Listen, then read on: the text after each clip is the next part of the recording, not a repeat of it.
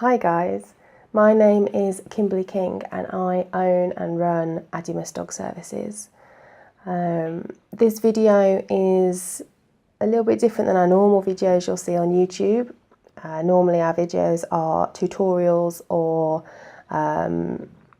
fun things from our classes, things like that. This video is more of a plea. I want your money, basically. So let me tell you a little bit about the business and I'll tell you about the dream, and then I'll let you know where, if you want to, you can go and give us some money to try and get it to happen. So the business as it stands is dog training, dog walking and dog sitting, and all of that basically happens in the client's homes. So we'll go in, we'll train the dog anything they need to, or we'll go and walk their dog, or we'll go and look after their dog if they're away.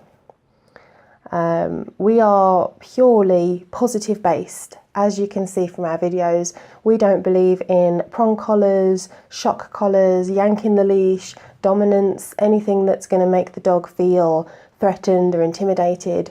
We don't even touch it. We believe in making the dog think, making them have reliable behaviours because of their choice to behave in a certain way, because they get rewarded for it.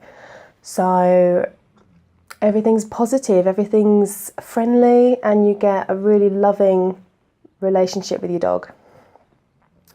The dream extends from wanting to help more dogs.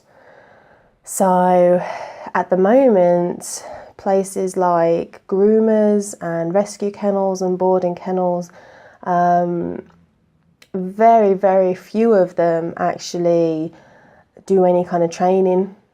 A lot of groomers, for example, will just manipulate the dog's body until they're in the right position for them to groom, and it doesn't matter if the dog is scared or unhappy, they'll just crack on because they've got more dogs to groom. There are a few groomers out there that will take their time, try and make the dog feel comfortable, but most of them don't. The same with kennels, whether it's boarding or rescue.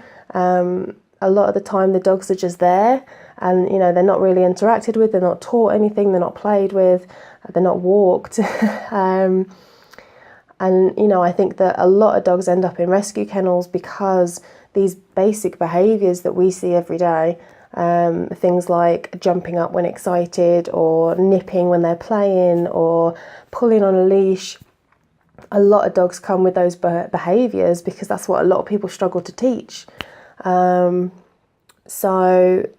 my dream is to have everything under one roof. So have a groomers, a boarding kennels, a socialisation room where you can come, if your dog is not very good on their recall, or you just don't trust the dogs that you come across in a park, we can make sure that all the dogs that come to our socialisation room are friendly.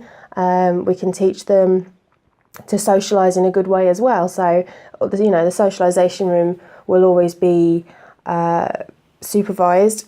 So the people in the room will be able to move dogs away if they're becoming a bit of a bully, or if another dog is giving them signals to say they don't want to play and they're just not picking up on it, we can move them away. So we can teach socialisation even to dogs that are already friendly.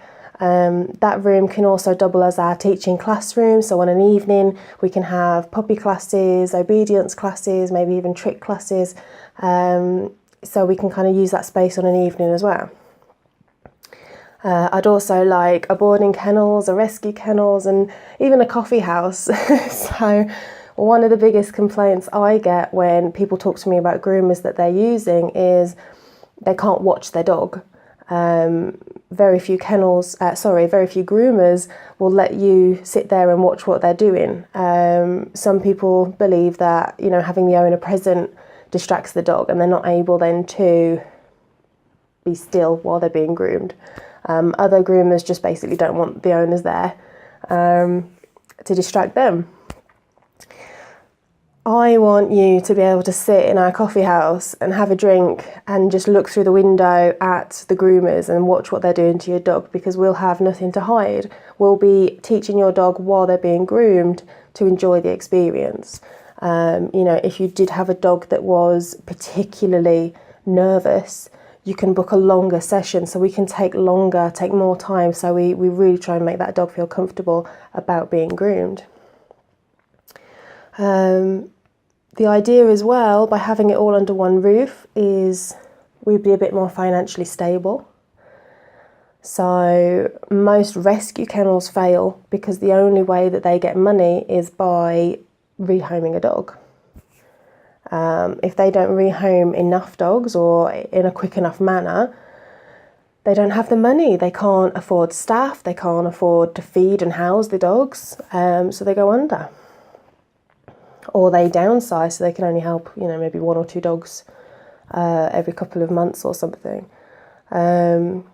Whereas because we'll have so many little facets of the business, we'll have the groomers, the socialisation class, so all of those coming together, even if the rescue kennels absolutely bombs, it doesn't matter. If it fails in terms of making money and it loses money year in, year out, it makes no difference because the money's coming from the other parts of the business. We'll still go into other people's homes to do the training and the walking as well. So, all of that comes together means that we can make the rescue kennels a success. But what I would do with the rescue kennels is every day, every dog gets walked, they get played with, they get trained, because we're trainers. So we're going to be running the rescue centre, so we can teach any dog that comes to us, even if they have aggression issues or if they're unsocialised, we can teach them. And if we're training them a little bit every day, then by the time they get to be in their new home, they're going to come kind of pre-trained. People then that get dogs from us will have to have at least 5 one-to-one sessions or attend one of our classes. So we're looking at the classes lasting about 7 weeks. So we can teach them what we've done with this dog, what we want them to achieve with this dog, and hopefully we'll nip any settling in problems in the bud before they even have a chance to grow into proper problems. So we should reduce the number of dogs that are coming back into kennels because of training issues, because we'll be there from the get-go, like, look, this is what we're doing. So that's kind of the dream. At the moment, it's all down to money, and the bank won't give us a loan to just build a building. That's what I really wanted to do, was just get some land and just custom make the building so it holds everything in one shot. The bank says no. So we basically have to take over another business and then expand to incorporate all those facets. I'm toying with the idea of taking over a non-kennel type business. I'm looking at maybe pubs, if I can get the permission, because a pub has got a lot of space. And if it's a disused pub that the community's kind of gone, no, we don't want that pub, I can then bring in, this dog centre. And, the community should really hopefully rally around us and be like, yeah, this is what we want. We want everything in the one spot. So I need 30% of the loan total. At the moment, that comes in at around about £60,000. It'll be lovely to get there. If I can take over a pub, then all the different facets of the business, apart from the rescue kennels, can be done in that one building. There just wouldn't be the room to have the rescue kennels as well.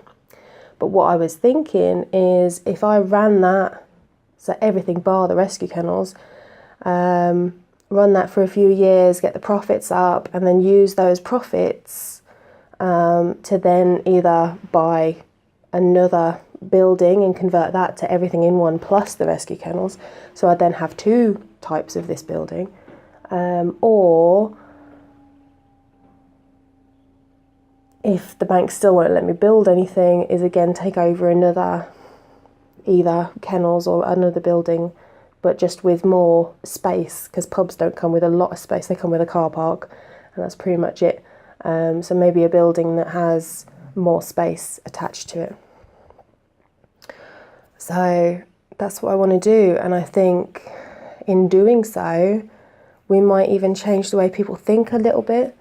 So we might get people thinking, you know, instead of just, oh, my dog needs to go to the groomers, and if I take him enough time, he'll just get used to it. I want them to be like, you know, let me take the time, let me get my dog comfortable going to the groomers so it's not an issue. Let me take that time in the beginning to make them comfortable getting their harness on, or you know, being comfortable being in their kennels, or being comfortable socialising with other dogs. Let's really make dogs feel good when we're putting them through all these different things that they don't really understand what's going on. They don't realise that they have to be groomed.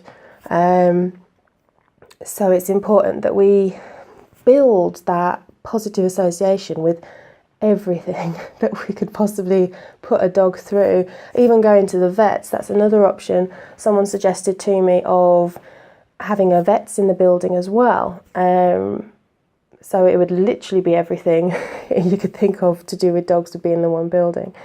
That is still an option on the table. So, you know, we could do that as well. We could have vets who are wanting to make you feel comfortable, or I should say make the dog feel comfortable, going to the vets, being in the waiting room, all that kind of stuff.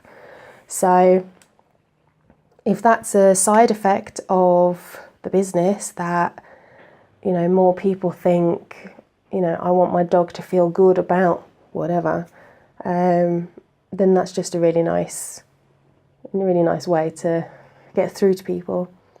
And like I say, the amount of dogs that we could potentially help when the rescue kennels are up and running, it's just crazy. You know, I think about the people that I see that have rescue dogs, and they've taken a rescue dog into their lives. They want to do right by it, but they've just had, you know, very little or no support from the rescue centre that they've taken the dog off, because they're not trainers. They don't know how to train the dog. They're just there trying to take the dog from the streets or someone else's home and put them in a new home and just hope that everything works out.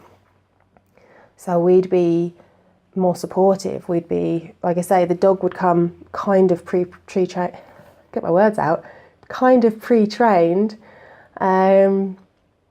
but obviously not fully, because we could get the dog perfect for us, but dogs don't generalise very well. So if we walked in the door, they'd be like, oh yeah, I need to do this. But with their new owners, in their mind, it's a whole new situation. It's a whole new, can I get away with this? Can I get away with that?